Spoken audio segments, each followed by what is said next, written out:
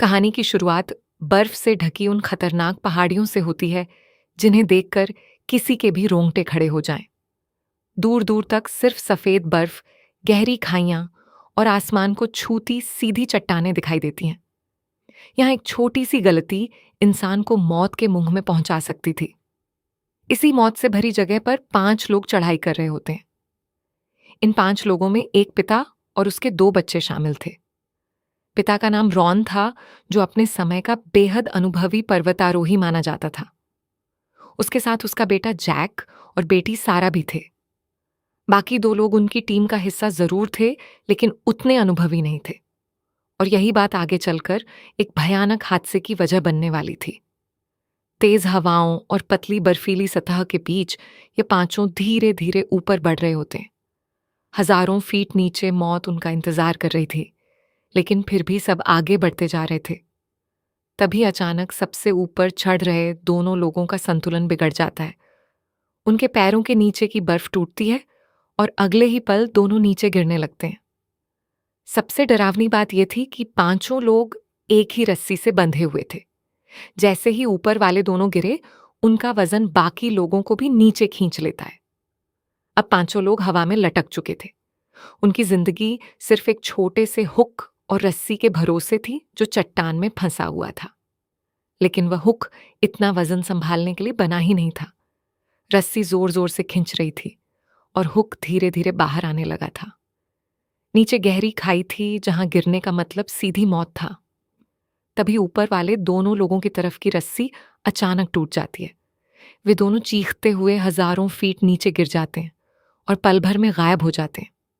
अब रस्सी पर सिर्फ रॉन, उसका बेटा जैक और बेटी सारा बचे थे। लेकिन खतरा अभी खत्म नहीं हुआ था। हुक अब भी ढीला पड़ चुका था।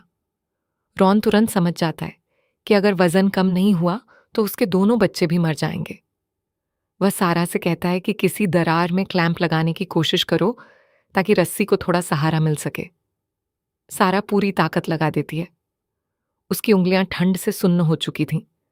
शरीर कांप रहा था, लेकिन उसका हाथ उस दरार तक पहुंच ही नहीं पाता। रॉन समझ चुका था कि अब सिर्फ एक ही रास्ता बचा है। वह अपने बेटे जैक की तरफ देखता है। उसकी आंखों में डर नहीं था, सिर्फ अपने बच्चों को बचाने की तड़प थी। वह धीमी आवाज में कहता है, जैक, मेरी रस्सी काट दो। ये सुनते ही जैक के होश उड़ जाते हैं। सारा जोर जोर से रोने लगती है और जैक को ऐसा करने से रोकती है।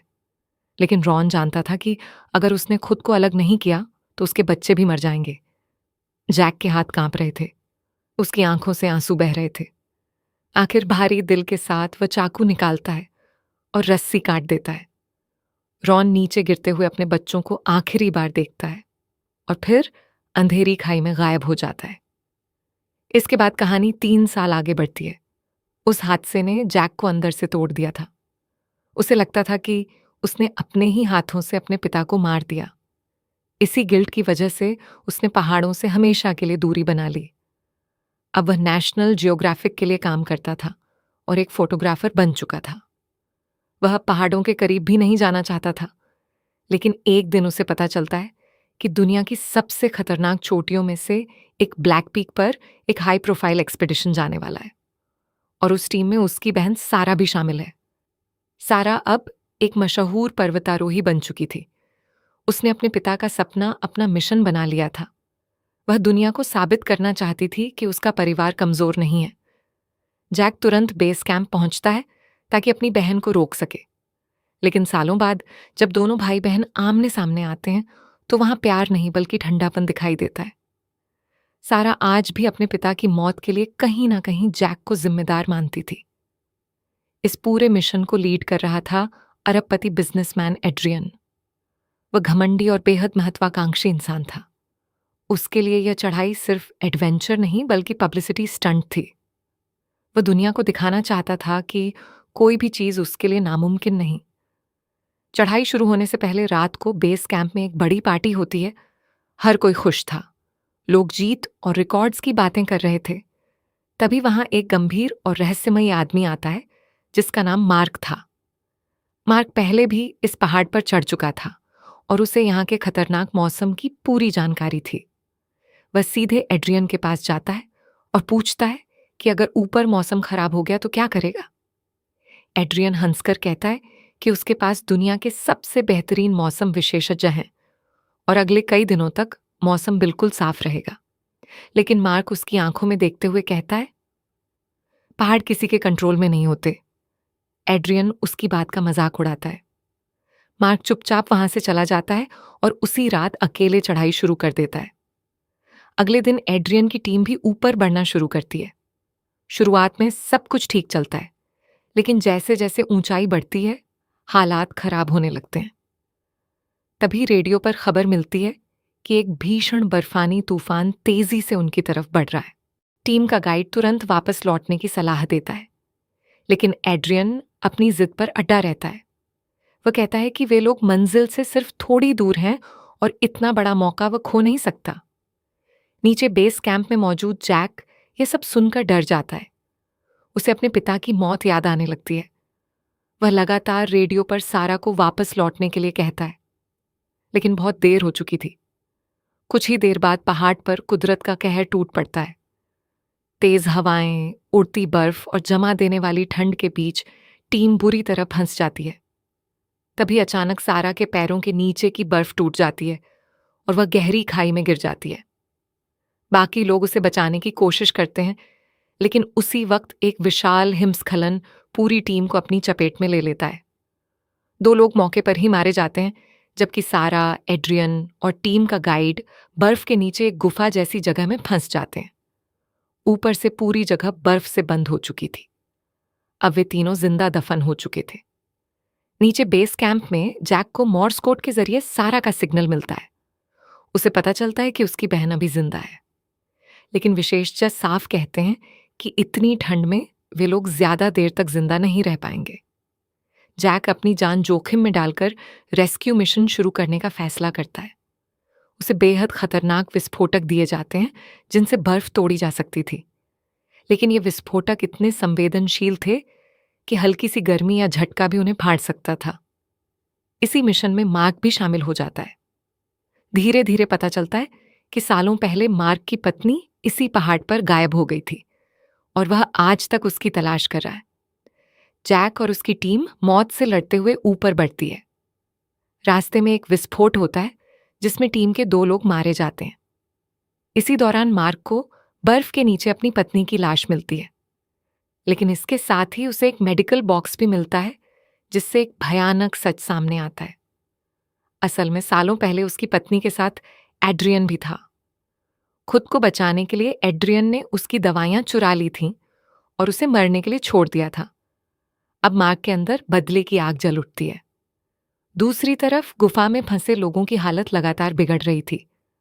ऑक्सीजन खत्म हो रही थी और एड्रियन अब भी सिर्फ खुद को बचाने के बारे में सोच रहा था।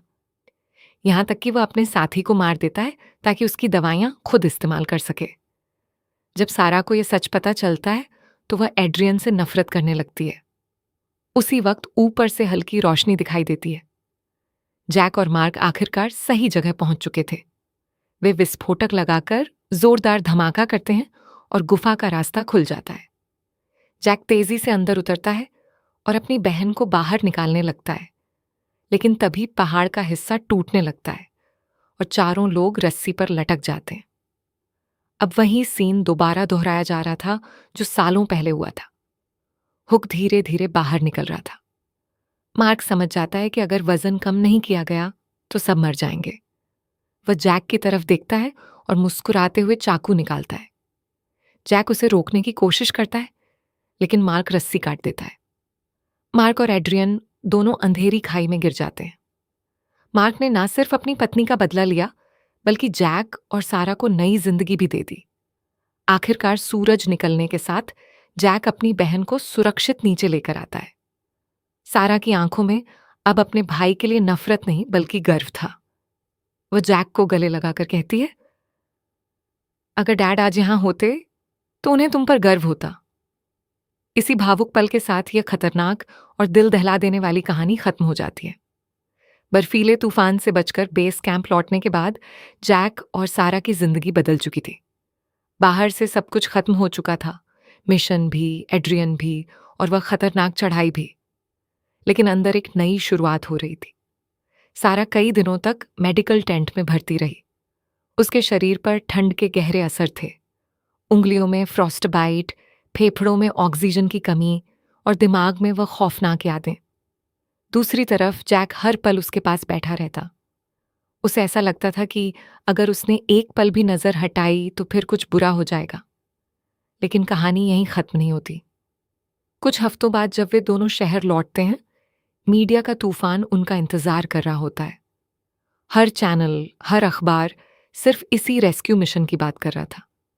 जैक को हीरो कहा जा रहा था, सारा को मिरेकल सर्वाइवर बताया जा रहा था।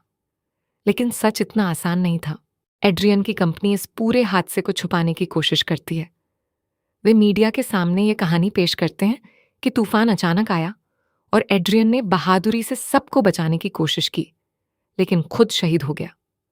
उसकी असली सच्चाई, उसकी लालच और उसके अपराध कहीं दबा दिए जाते हैं। जैक ये सब देखकर गुस्से से भर जाता है। उसे पता था कि अगर मार्क ने अपनी जान कुर्बान ना की होती तो सारा आज जिंदा नहीं होती। लेकिन दुनिया मार्क को भूल रही थी और एड्रियन को हीरो बना रही थी। सारा अब भी अंदर से टूट चुकी थी। वह अक्सर रात को डरकर उठ जाती। उसे गुफा का अंधेरा याद आता, एड्रियन का चेहरा याद आता और सबसे ज्यादा उसे अपने पिता की मौत वाला दिन याद आता। एक रात वह जैक से कहती है, शायद मैं गलत थी। डैड की मौत के लिए तुम्हें दोष देना आसान था, लेकिन असली दुश्मन डर था और हमने आज उसे हरा दिया। यह पहली बार था जब दोनों भाई बहन खुलकर बात करते हैं। जैक अपने दिल का बोझ उतारता है। वह बताता है कि उसने रस्सी काटते वक्त क्या महसूस किया था, कैसे हर रात उसे अपने पिता का चेहरा दिखता था, कैसे उसने पहाड़ों से दूरी बना ली क्योंकि उसे खुद पर भरोसा नहीं रहा था। सारा उसकी बात सुनते हुए रो पड़ती है। अब दोनों के बीच की दूरियां खत्म हो चुकी थीं, लेकिन कहानी में एक और मोड़ आता है। मार्क की पत्नी के मेडिकल बॉक्स में जो सच्चाई छुपी थी, उसका एक हिस्सा अब भी सामने आना बाकी था। जैक को याद आता है कि उस बॉक्स में सिर्फ दवाइयां ही नहीं, बल्कि एक छोटा सा डेटा चिप भी था। वह चिप दरअसल एड्रियन की पिछली एक्सपीडिशन का रिकॉर्ड था। जैक और सारा उस चिप को जांच के लिए देते हैं। उसमें साफ दिखाई देता है कि सालों पहले मार्क की पत्नी को बचाने के बजाय एड्रियन ने उसे जानबूझकर छोड़ दिया था, क्योंकि अगर वह रुकता तो उसकी खुद की जान खतरे में पड़ सकती थी। यह सिर्फ लापरवाही नहीं बल्कि स्वार्थ से किया गया अपराध था। अब जैक और सारा फैसला करते हैं कि वे सच्चाई को दुनिया के सामने लाएंगे। वे मीडिया के सामने आते हैं और पूरी कहानी बताते हैं। कैसे एड्रियन ने अपनी टीम की बात नहीं मानी, कैसे उसने गाइड को मार दिया और कैसे उसने सालों पहले मार्क की पत्नी को मरने के लिए छोड़ दिया था। पहले तो लोग विश्वास नहीं करते, लेकिन जब सबूत सामने आता है तो पूरी कहानी पलट जाती है। एड्रियन की कंपनी की छवि गिर जाती है। उसके परिवार को कानूनी कार्रवाई का सामना करना पड़ता है और पहली बार मार्क का नाम एक सच्चे हीरो की तरह लिया जाता है। कुछ महीनों बाद जैक और सारा फिर उसी पहाड़ के पास खड़े होते हैं, लेकिन इस बार वे चढ़ाई करने नहीं आए थे।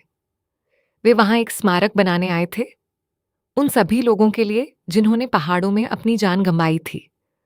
उस पत्थर पर 3 नाम खास तौर पर उकेरे जाते हैं, रॉन, मार्क और गाइड टॉम। सारा पत्थर को छूकर कहती है, पहाड़ हमें जीतने के लिए नहीं होते, हमें समझने के लिए होते हैं। जैक इस बार पहाड़ की तरफ डर से नहीं बल्कि सम्मान से देखता है। उसे एहसास हो चुका था कि उसके पिता ने रस्सी काटने के लिए नहीं कहा था क्योंकि वे हार मान चुके थे, बल्कि इसलिए कहा था क्योंकि वे चाहते थे कि उनके बच्चे जिंदा रहें। अब जैक के अंदर का डर खत्म हो चुका था। कुछ समय बाद जैक एक नई डॉक्यूमेंट्री बनाता है, बियॉन्ड द पीक। इसमें वह दिखाता है कि असली जीत छोटी पर झंडा गाड़ना नहीं बल्कि सही फैसला लेना होता है। सारा भी दोबारा चढ़ाई शुरू करती है, लेकिन इस बार शोहरत के लिए नहीं बल्कि ट्रेनिंग और सेफ्टी के लिए। वह नई टीमों को सिखाती है कि कैसे लालच और अहंकार से बचना है। कहानी का आखिरी सीन बेहद शांत है। सूरज ढल रहा है, पहाड़ सुनहरी रोशनी में चमक रहे हैं। जैक कैमरा सेट करता है और सारा एक चट्टान पर खड़ी होकर नीचे घाटी की तरफ देखती है। वह कहती है, डैड ने हमें गिरना नहीं संभलना सिखाया था। कैमरा धीरे धीरे ऊपर उठता है, दूर बर्फीली छोटी दिखाई देती है। और यहीं इस कहानी का अंत होता है, एक ऐसे सफर के साथ जिसने डर को साहस में, नफरत को माफी में और गिल्ट को गर्व में बदल दिया।